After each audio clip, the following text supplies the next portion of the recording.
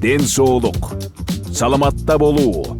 COVID-19 ар дүйшөмбү сайын саат 13:00-дө жамааттык медиа студиясында Сак бол программасында адис менен маектешебиз.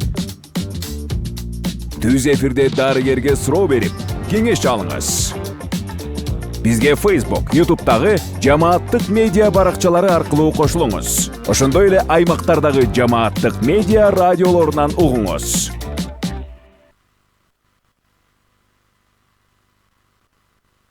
Кутман күнүңүз менен көрөрман жана угарман, жамааттык медиа студиясында Сак бол программасы өз эфирин баштайт. Эфирде мен Айгерим Кулатбекова алып баруудамын.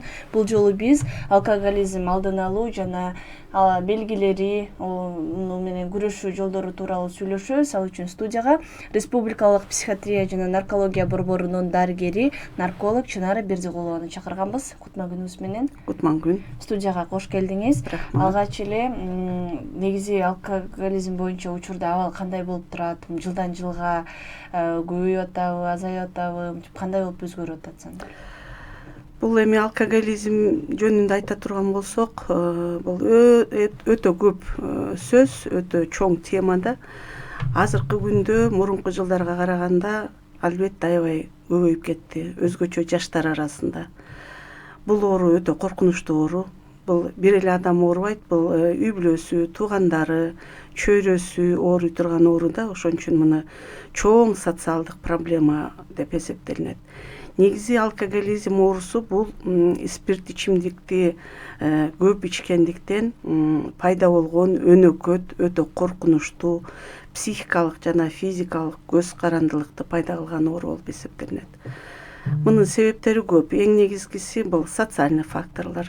Социальный факторлор баягы жумушсуздук, билимсиздик, үй бүлөсүндө жанагы көп ичкилик себепсиз, себеби бар эле жана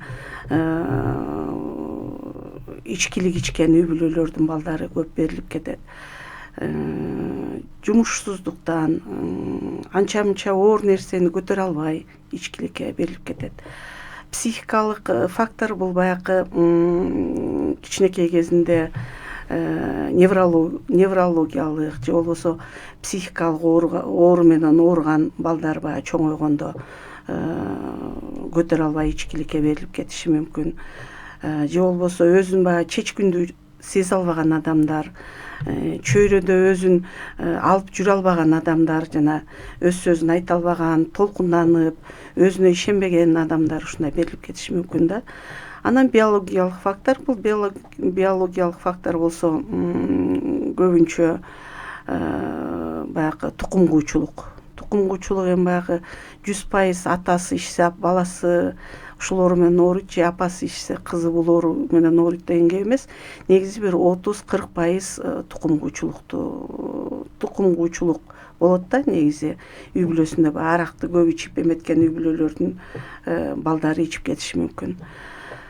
Көбүнчөсү сурайт, мен мындай эле ичем, анда-санда эле ичем, анан мындай ичем, кантип билем мен ушул оору менен ооруп калган деп. Эң негизгиси бул оору менен ооруп калгандын эң биринчиден белгиси бул тынымсыз эңсеп ичүү. Оюнда ушул ичсем экен, дагы кантип ичсем, кантип таап ичсем, буга эмне шылтоо таап ичсем деген биздин термин менен патологический влечение деп коет, тяга, ушу ичкиси келип калганы. Толерантностьтун өсүшү, толерантность деген баягы ичкиликти ичүү өлчөмүн көтөрүү көбөйө баштайт адамдын организминде. Мисалы мурун бир 200-300 грамм ичип эметсе, анан бир бутылка иче баштайт, андан көп иче баштайт, ичкиси келип тойбогондой эңсеп ичип ошону көтөрө ала турганы бул толерантность деп коет. Үчүнчүдөн жана ичип аткан ичкиликти мындай контроль кыла албай калгандыктан бул оорунун бирден бир белгиси болот. Мисалы бир жерде отурушса, бир 2-3 жолу ичип атса, 2-3 жолу көтөрүп ичип атышса, жанындагы адамдар токтоп калса, анын ичкиси келип токтобой шылтоотап албай анан минтибей деп уяттуу жерби, жумушпу, жумушка баратып кечигип калбаймынбы деп ойлобойт. Баягы ичип атканда үйүм калып калды, же жумушум калып калды, же жолдо калып калбайын, автобус токтоп калат, же троллейбус токтоп калат деп ойлобойт. Контроль жок болуп калат да өзүнө. Анан эң негизгиси баягы абстинентный синдром деп коет, же похмельный синдром, баш жазып, кайра ичкиликке кирип кетип мас болуп, эртеси кайра баш жазып, кайра ичкиликке кирип кеткен, бул запой деп коет. Ошол убак бул ушул оорунун пайда болушу деп эсептелинет да. Көз карандылыкка жеткенин айтып атпайсызбы? Анан негизи ушул бул организмге кантип таасирин тийгизет? Кайсы органдарга балким? Алкоголь негизи эле бул мен өзүмдүн ооруларыма да айтам, өтө зыян, анткени ичилген ичимдик организмге киргенде ашказанга барып, ичегиге барып, анан боордо фильтр жүрөт да. Боордо фильтр болгондо тазаланат, баягы жакшы мындай оңой нерсеси сиңип, жаман нерсеси калат да. Ошол уксусный альдегид деген химиялык зат бөлүнүп чыгат да, этиловый спирттен. Бул өтө зыяндуу зат болуп эсептелинет. Ошол уксусный альдегид ар бир органдын чел кабыгын акырын жеп тешип, ар бир органга кирип, ар бир органдын иштешинин функциясын бузат. Ошон үчүн арак оорусу менен ооруган адамдар бизге кайрылганда алкогольный интоксикация деп коебуз. Жана мен айткан запой кээ бири 5 күндөн кийин, кээ бири 1 жумадан кийин, кээ бири 1 айдан кийин, кээ бири 4 айдан кийин, кээ бири 6 айдан кийин туугандар алып келет. Өтө оор акыбалда келишет.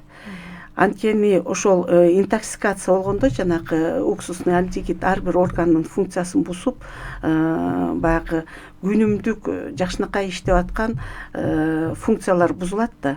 Ошондо жүрөгү лакылдап, давлениялар түшүп кетет, кээ бирөөнүкү кайра көтөрүлүп кетет, дем алганы кыйын болуп, ашказаны ооруп, кускусу келип, же болбосо аябай кусуп, ич өтүп, эчтеке тамак жей алышпай, ушинтип алы кеткенде гана алып келишет да.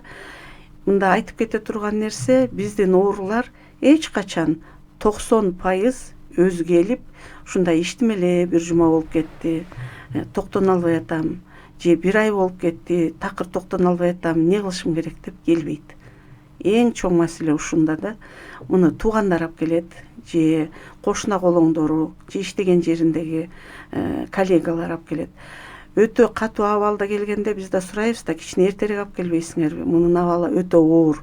Кээде биз реанимацияга которобуз, кээде токсикологияга которобуз, кээде ушинтип күн-түн чуркап атып деп чыгарабыз. Биз да кыйналабыз, оорулуу да кыйналат, туугандары да жаман болушат, сарсана болуп. Эмне үчүн эртерээк алып келбейсиңер десек, көбүнүн жообу кармай албай аттык. Макул болбойт өзү. Макул болбойт.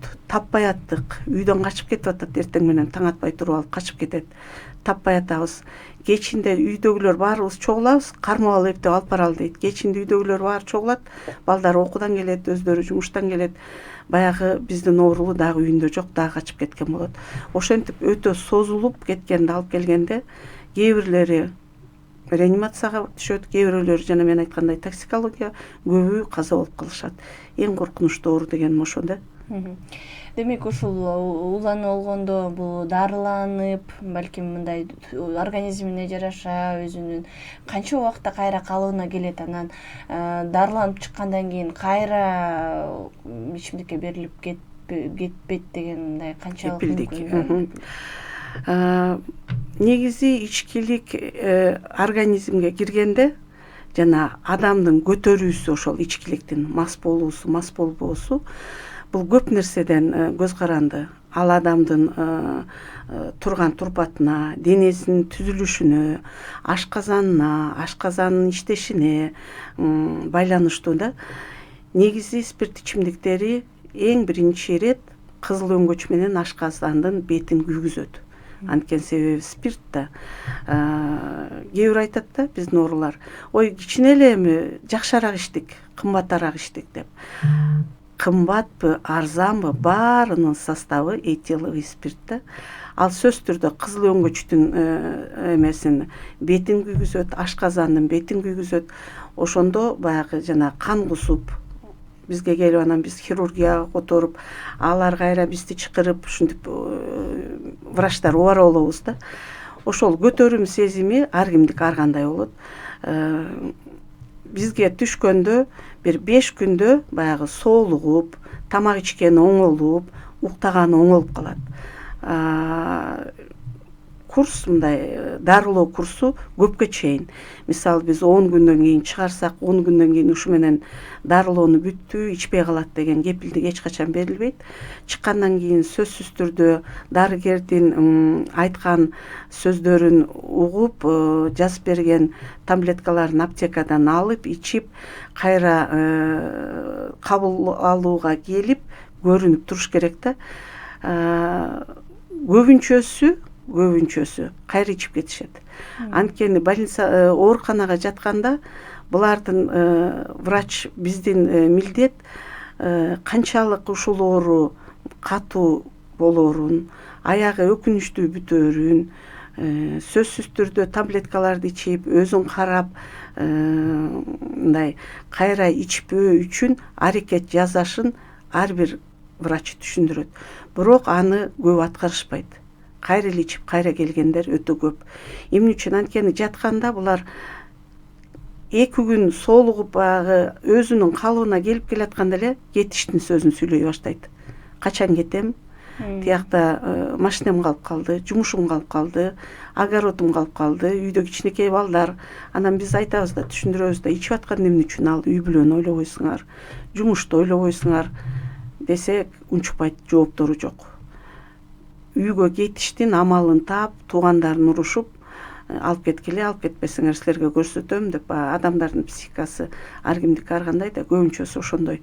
Биз аракет кылабыз көбүрөөк жаткырып, өзүнө келтирип, андан ары реабилитация деп коет, баягы үй бүлөсү менен сүйлөшүп, калтырган жумушу болсо, ага справка жазып берип, баягы жумушуна кайра киргенге мүмкүнчүлүктү түзүп, баягы келинчеги менен урушуп талашса, үй бүлөсүн кошо чакырабыз, кошо сүйлөшүп, мындай түшүндүрүү иштерин жүргүзгөнгө аракет кылабыз да.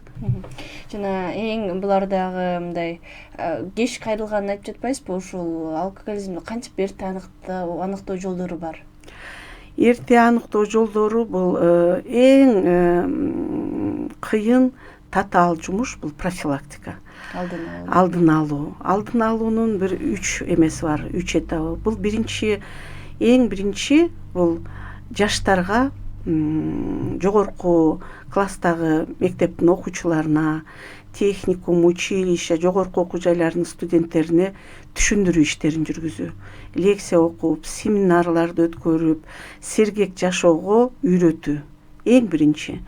Экинчи алдын алуу бул жанагы кичине көбүрөөк мурункуга караганда көбүрөөк ичип бараткан адамдарды алдын алуу ишин жүргүзүү. Бул болсо жанагы үй бүлөлүк дарыгерлер тобунда иштелүүчү ишта баягы бизге кайрылгандан качышат да.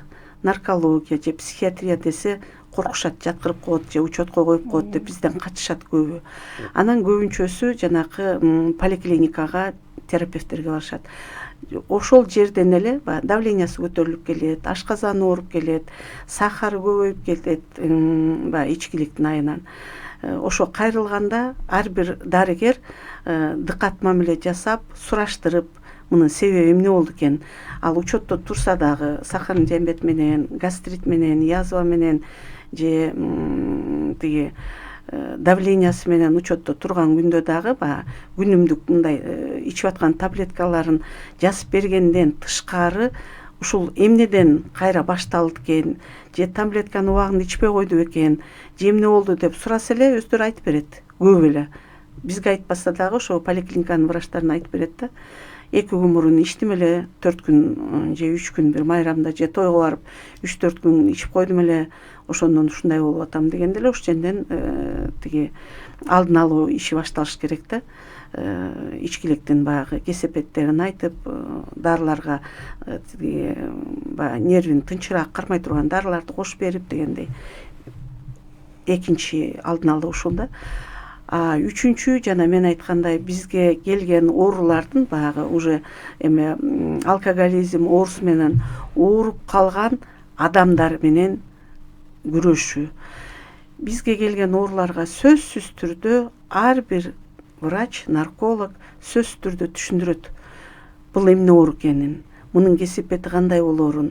Бизге келген оорулардын көбү 60-70% же жумушу айрылып калган, жумушунан айрылып калган, же үй бүлөсү ортодо эме койгон, тиги ультиматум койгон, же арагың токтотосуң, же мен кетем, жашабайм деп. Балдары, кыздары да ошенткендер болот да.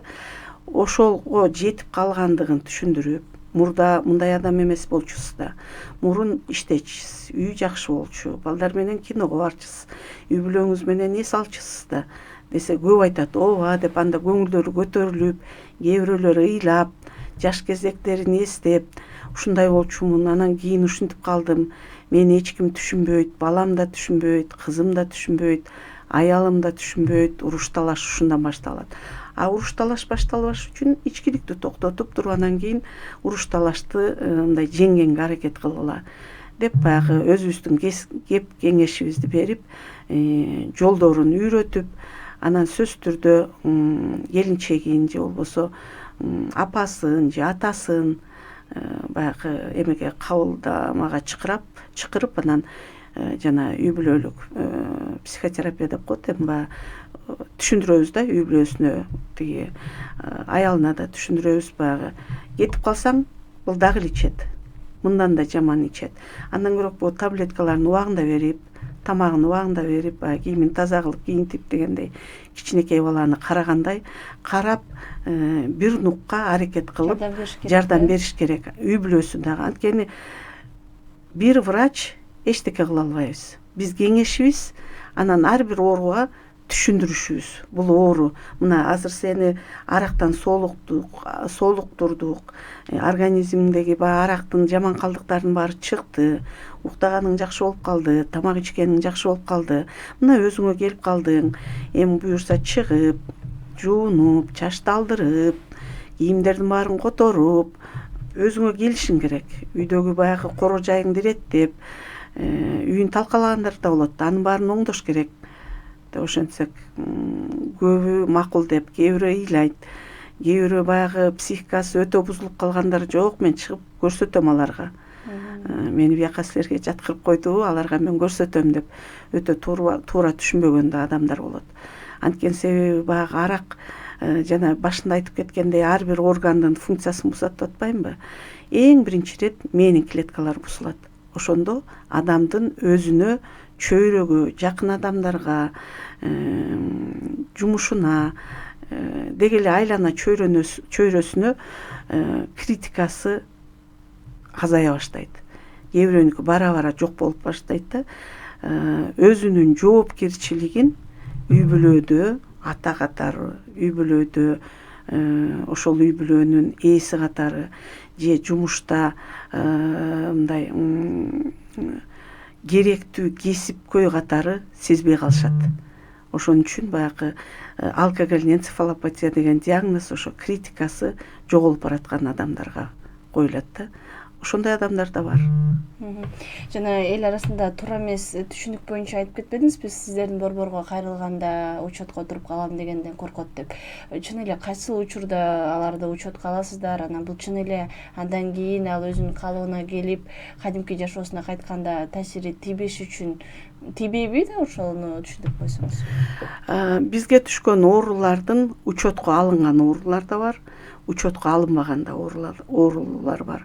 Учетко алынганда 3 жыл учетто болот. Мисалы, бүгүн Асанов келип жатып, жанакы акыбалы катуу болуп, же болбосо анын инвалидность болсо, же ветеран болсо, же Афганистан, Баткен согуштарынын катышуучусу болсо, булар учетко алына турган өзүнчө бир категория элдер бар да. Дарылаганга төлөнбөйт. Булардын жеңилдиктери бар. пенсионерлер, булар автоматтык түрдө учетко алынат. Анан кийин көбүнчө келишет жана пенсионерлер эмелер охранага жумушка кирип аттым эле, справкага кол койбой атат, эмне үчүн учетко коюп койсуңар деп. Ошон үчүн аны да биз түшүндүрөбүз. Сен учеттосуң. Учетто 3 жыл учетто турасың. 3 жыл ичпесең, 3 жылга чейин сен поликлиникабызга, биздин наркологиялык борбордун поликлиникасына врачтарга келип, жолугуп, сүйлөшүп, бир жооптор, суроолоруңар болсо берип, дары-дармек жаздырып, мындай кароодо турушуңар керек. Анан 3 жылдан кийин иштеген жеринен же болбосо квартальный комитеттен справка алып келип, үй бүлөсү менен келип, паспортун алып келсе, баягы карточкасында жазылып турат да, асанып келип атат, 3 айда бирден келет, 4 айда бирден келип атат, жарым жылда бирден келип атат деп карточкада жазылуу, мындай оң жакшы информациялар болуп турса, биздин врачтар сөзсүз түрдө 3 жылдан кийин аны учеттон чыгарат. Азыр эми онлайнда болуп калбадыбы? Азыр түндүктөн чыгып калышат. Баары тең жаткан, бизге жаткан оорулар жана учетко туруп калгандар онлайн жумушка орнашса жана энен эле басса эле чыгып калат. Анан биз түшүндүрсөк деле унутуп калат, кээ бирөө кайра келет, учетто болуп калган турбайбы, эмне үчүн учетко коюп койдуңар деп. Учетко 3 жыл турушат. Бул аралыкта жумуштан сырткары алар мисалы ошол эле унааны башкара албайт болуш керек. Ушул сыяктуу да чектөөлөр барбы? Чектөөлөр бар. Унааны айдай алышпайт. Жанакы стройка жүрүп аткан жерлер, жана кранга отуруп бийиктикте иштей алышпайт. Тиги оружие алып иштей алышпайт. Охранада кээ бир эме кароолчуларга эме берилет эмеспи, тиги оружие берилет да, ошолорго уруксат берилбейт. Андан кийин кээ бир жумуштарга учетто бирок иштей берсин деген справка берилет, иштей алат деп. Мисалы, плотник болуп иштеп атат же сантехник болуп иштеп атат же кароолчу эме тиги ок эме оружиянын кереги жок жерлерге учетто бизде бирок иштегенге уруксат деген кагаз берилет. Демек, азыр ошол үй бүлөсүндө ушундай көйгөй болуп аткан үй бүлөлөр, сиз айткандай, ал ооруканага өзүнүн ыктыяры менен барганга макул эмес болуп аткан учурда, мындай үй бүлөсү ошол адамга кантип жардам берип, кантип туура түшүндүрүп, мындай жардам бере алышат? Үй бүлөсү мындай баары чогулуп, жок дегенде бир кыска мөөнөткө болсо дагы ошо барып капельница алып, дары-дармек ичип, анткени алардын уйкулары качып калат, уктай албай калат күндөп-түндөп. А көпкө чейин 3-4 күн уктай албай калса, жана алкогольный психоз деп коет, көзүнө бирденкелер көрүнүп, кулагына бирденкелер угулуп, жана элде айтылган белая горячка деген оору менен ооруп калышат да. Анда тез жардам аркылуу келип жатышат, кээ бирөө туугандар алып келип жаткырышат да. Жана эң башында айтып кеткенде этиловый спирт, ошо уксусный ацетилальдегид бүт эме жана органдардын функциясын бузат деп атпаймынбы? Водно-солевой обмен деп коет, организмде полностью бүткүл денедеги тиги кан алмашуу бузулат да. Ошон үчүн жана туздар, минералдар бүт бузулат, анан адамдын болгон жери ооруйт. Башынан бутуна чейин, кээ бирөө баса албай калат, полиневропатия болот. Кээ бирөө колдор эчтеке идиш кармай албай, кагаз кармай албай калат. Жана алкогольный полиневропатия дегенде буту колдору отказ кылып. Энцефалопатия дегенде уже башынан жанагынтип өзүнө критикасы жок, баскан турганы туура эмес, сүйлөгөнү туура эмес болуп. Анан көбүнчө арактан бизге жанагы белая горячка көзүнө көрүнүп, кулагына угулуп, өтө катуу акыбалда келет.